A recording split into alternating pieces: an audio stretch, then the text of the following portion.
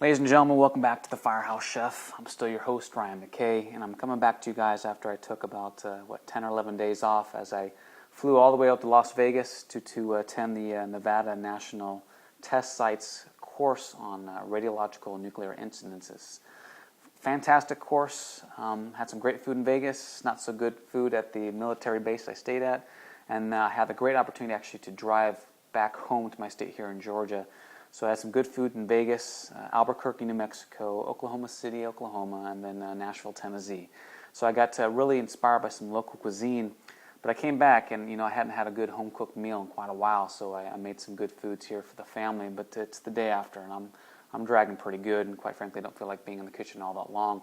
So I want to take this opportunity to kind of show you guys what you can do with some good leftovers and kind of whip up something quickly. I know especially in the firehouse, you had a long shift, and you just don't feel like cooking.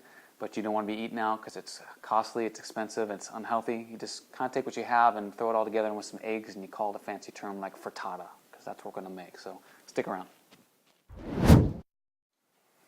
So here we are. We got pretty much everything nice and race ready for you. The leftovers that I had from last night were actually like a skirt steak with some chimichurri sauce that my wife and I were inspired by, in our travels there on Highway 40 as we cut across America. A lot of good Tex-Mex type meals that were there along the way, but after we had it, I'm like, I think I can do a whole heck of a lot better. So that was the first thing I wanted to cook for my wife when we got home. In fact, she said I knocked her pants off, but that's another story.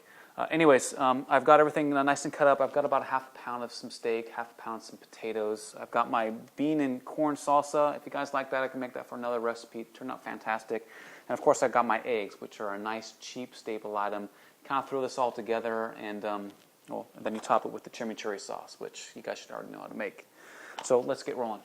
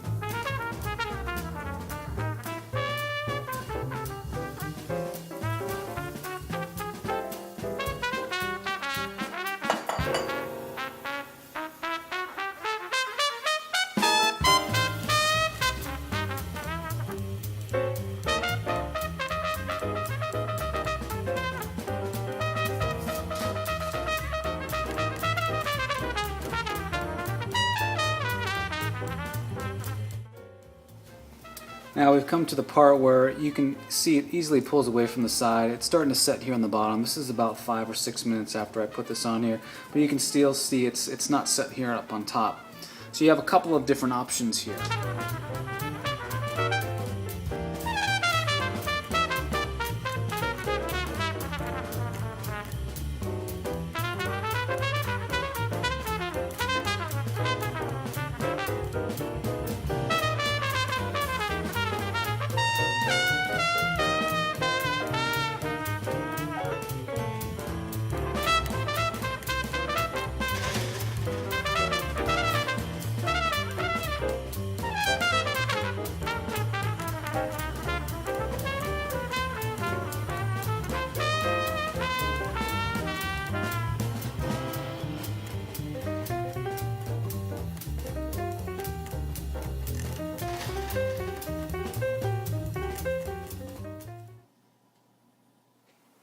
All right, kids, at this point you can do one of two things. You can either serve it from your vessel right here, but this is a non-stick pan, so you obviously don't want to be cutting in it with a knife. You're going to scrape off the Teflon and cancer. So I've been told.